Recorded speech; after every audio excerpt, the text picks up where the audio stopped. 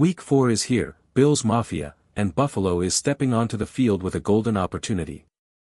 Sitting at a perfect 3-0 start, the Bills now look to keep their momentum alive against the New Orleans Saints.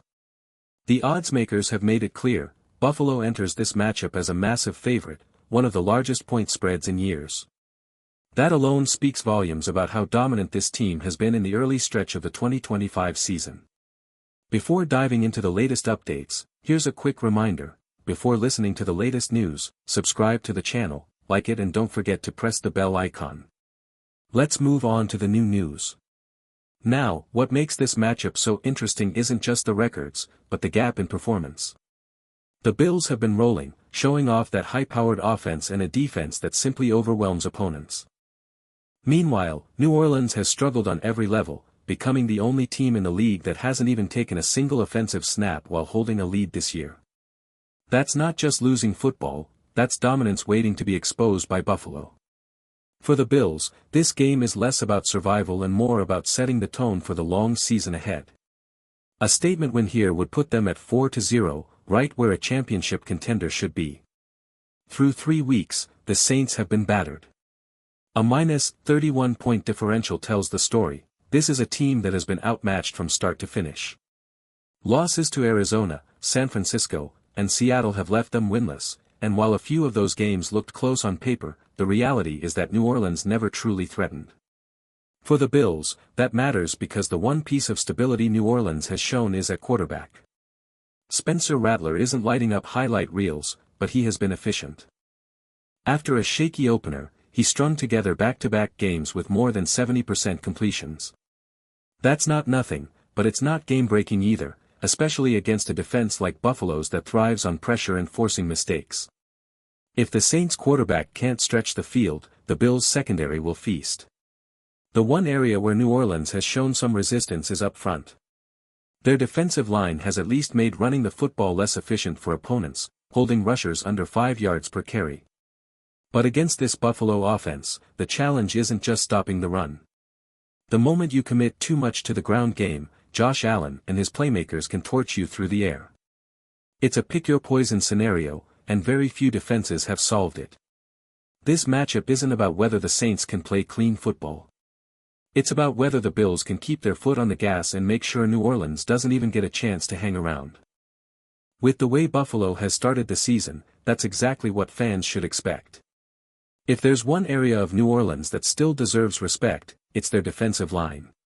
Cam Jordan remains a force even deep into his career, while young talent like Brian Bresee and veteran additions such as Chase Young give them some bite up front. They've generated pressure and at times managed to slow opposing run games, and that's about the only consistent identity this Saints team has shown. But Buffalo is built to handle it. The Bills' offensive line has been one of the quiet strengths of this 3-0 start, keeping Josh Allen clean and creating lanes for the ground attack. The heavy use of 2 and 3 tight end sets has only added muscle at the point of attack, and the results speak for themselves. Allen has time, and when he has time, defenses have no answers. Even when pressure does arrive, his ability to escape and extend plays flips the advantage right back to Buffalo. That's why the matchup in the trenches leans heavily in the Bills' favor. New Orleans may bring pressure, but the Bills have the firepower and protection to neutralize it. For Buffalo, it's about winning the line of scrimmage early and often, making sure Josh Allen and the offense never lose rhythm. On the injury front, there's still some monitoring to do. Ed Oliver continues to work his way back from that ankle issue. He's out of the boot now, a positive sign, but his return to full strength may still take time. The official report isn't due until midweek, but Oliver's progress will be a key storyline moving forward. Ed Oliver's status remains cloudy for Week 4, and frankly, there's no real reason to rush him back. Against a struggling Saints squad, giving younger defensive linemen the chance to earn reps might be the smarter long-term play. Oliver is trending in the right direction, but letting that ankle fully heal now could pay dividends later in the season. Matt Milano is also on the radar. He's working through a pectoral injury, but the encouraging news is that it's not considered long-term, no move to injured reserve. There's a slim chance he suits up this week, though keeping him sidelined one more game wouldn't be surprising. Milano's durability has always been something to manage carefully, and making sure he's fully ready for the grind ahead is more important than forcing him back too soon. Linebacker depth is also worth monitoring. Keto Jenkins left the Miami game with a leg injury, and while nothing official has been released yet, it seems likely his name will surface on the upcoming report. Sometimes these midweek designations end up being minor, but for now his availability is in question.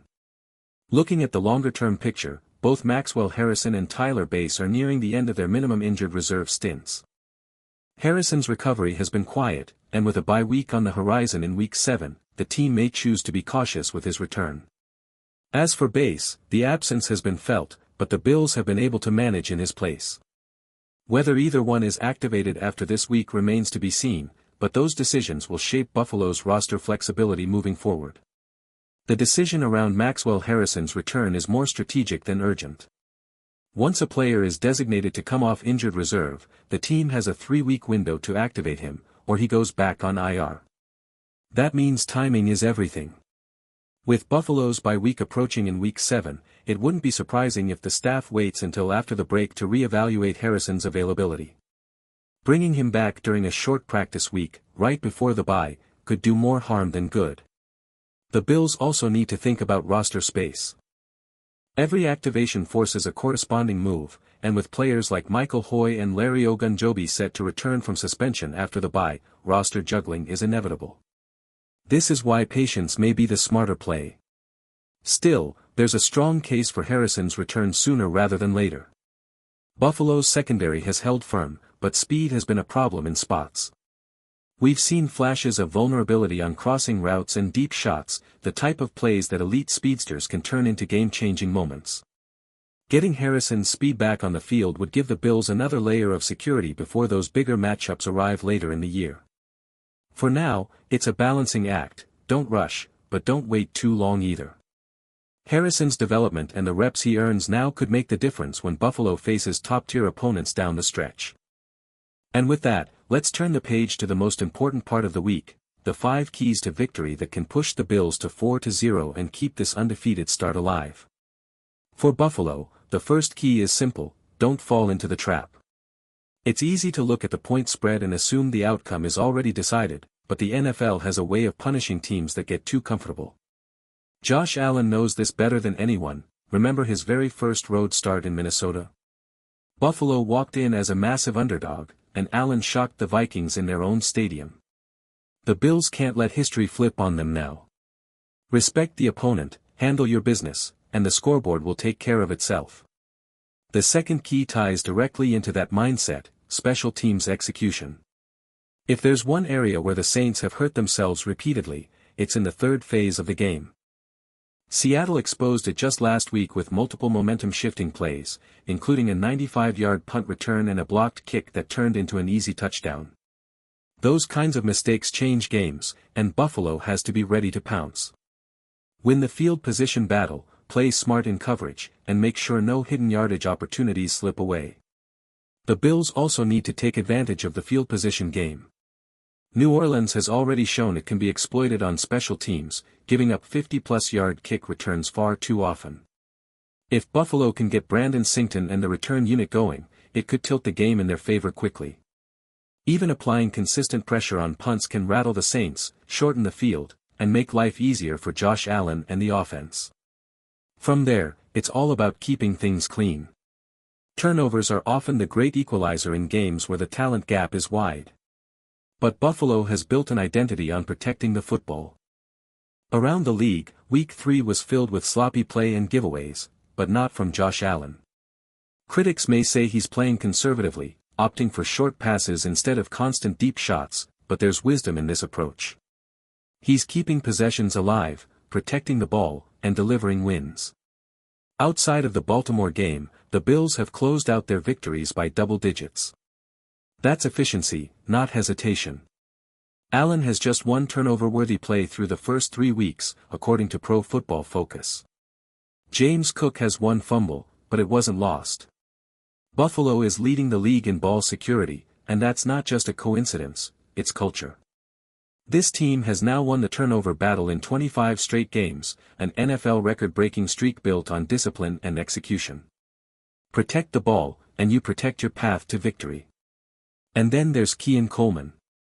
The rookie lit up week 1 with a monster performance, but has been quiet against division rivals. This matchup could be his reset button. Playing in Shreveport, Louisiana, Coleman will have family and friends in the stands, a personal stage to reclaim momentum. We saw what he's capable of in the Ravens game, that clutch double move over the middle, the slide at the 10 to set up the game winner, and a stat line of 8 catches, 112 yards, and a touchdown. This could be the night he reintroduces himself. Decision-making will be a central storyline in this matchup. For the Saints, Spencer Rattler has been managed carefully, often limited to short, safe throws. That's where Alvin Kamara becomes the most dangerous weapon.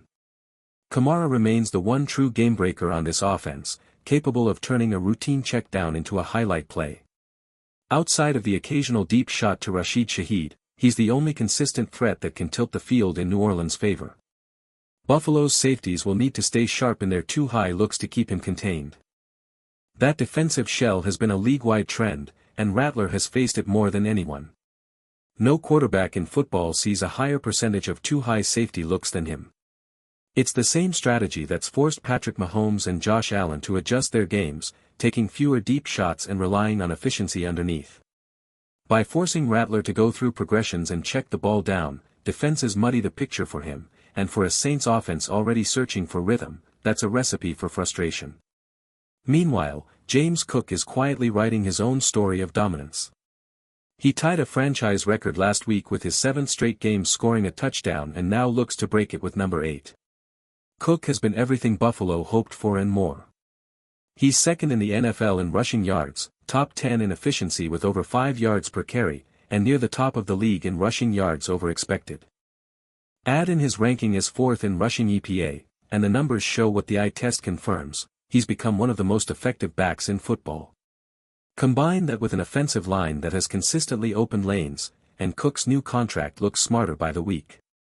Oh, and don't forget, Josh Allen himself ranks near the top of the league in rushing efficiency too. The Bills' ground game is as balanced and dangerous as it's ever been. James Cook isn't just producing because of the blocking, he's earning it on his own. He ranks top 5 in the league in yards after contact per attempt, showing that even when the protection breaks down, he can still create extra yardage. Whether it's fighting through linebackers or slipping tackles in the open field, Cook has become the engine that keeps Buffalo's ground game rolling. Of course, that success also depends on the Bills' ability to keep their personnel packages working. The mix of 12 and 13 personnel, the use of extra tight ends, and the contributions of players like Reggie Gilliam all have to stay sharp. This offense functions best when everyone moves in unison, a true well-oiled machine. And before we dive into the final prediction, a quick reminder. If you want to stay plugged into every piece of breaking Buffalo Bills news, make sure you subscribe to the channel, smash that like button, and don't forget to ring the bell icon so you never miss an update. Now, let's get back to it. This week feels like one the Bills simply can't let slip away. The only team capable of beating Buffalo in this matchup is Buffalo itself. Avoid mistakes, don't play down to the competition, and execute the basics. That's the formula for victory. New Orleans has some playmakers, but overall, this game is the Bills to control from start to finish. So, what do you think? Predict the score in the comments. Bills vs Saints, Week 4. Here's mine: Buffalo hangs another 40-piece, cruising to a 40-6 win. That covers the spread, sends a statement, and moves the Bills to a clean 4-0 record heading into a massive rivalry matchup with the New England Patriots on Sunday Night Football in Week 5, complete with brand new jerseys under the primetime lights. That's going to wrap up today's breakdown. The mission remains the same: protect the football, stay disciplined, and keep the train rolling.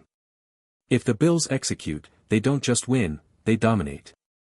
And as always, let's go Buffalo!